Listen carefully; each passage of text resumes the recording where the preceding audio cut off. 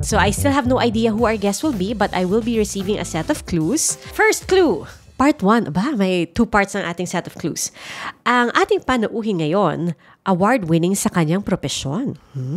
Mahigit 200,000 subscribers sa YouTube Nation at sa TikTok naman, mahigit 1,000,000. Isang triathlete. Aba, ibig sabihin mga Ironman, ganyan. Isang rider as in motor, nagbe-big bike siguro, that yan yung understanding ko ng rider. Isang foodie at isa rin siyang teacher. Pero sino nga ba siya? Shucks, ang hirap nito ha. Parang napaka-varied ng professions. Okay, teacher, rider, foodie, triathlete. Okay, meron pa. Meron pang clues. Part 2. Nagpapaaral ng kabataan. Tumutulong sa komunidad. Ay, okay, alam ko na to. Naakyat ang pangarap na bundok sa ginintoang edad.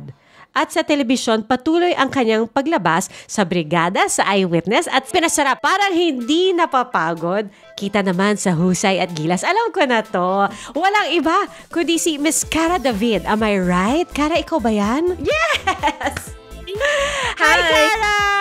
Ang dali naman ng mga clue. Uy, nahirapan ako dun sa first part ha. Kasi sabi, triathlete, rider, foodie, tsaka teacher. Oo, kasi napaisip ako dun. Sabi ko, paano kaya yun? And then dito sa second part, naakyat ang pangarap na bundok. So alam ko na ikaw yun. Kaya lang nakalagay sa gininto ang edad. Hindi ko isipin na umabot ka na sa gininto ang edad. So kinabahan ako ng konti. Dapat pala, sinabi, beauty queen yun. Dead giveaway na yun. Ay, gano'n. Dead giveaway na yun. Oo, dead giveaway. Uy, Cara, kamusta na? Oh my gosh, tagal na kitang hindi nakikita. In person, ha? In person. Oo, kasi pandemic, di ba? Nung nag-pandemic, hindi na tayo pumapasok sa network. Tapos on top of that, hindi na rin kasi ako nagre-reporter. Pero syempre, so nasa field ka pa rin all the time with iWit, tapos syempre nagsushoot ka for brigada.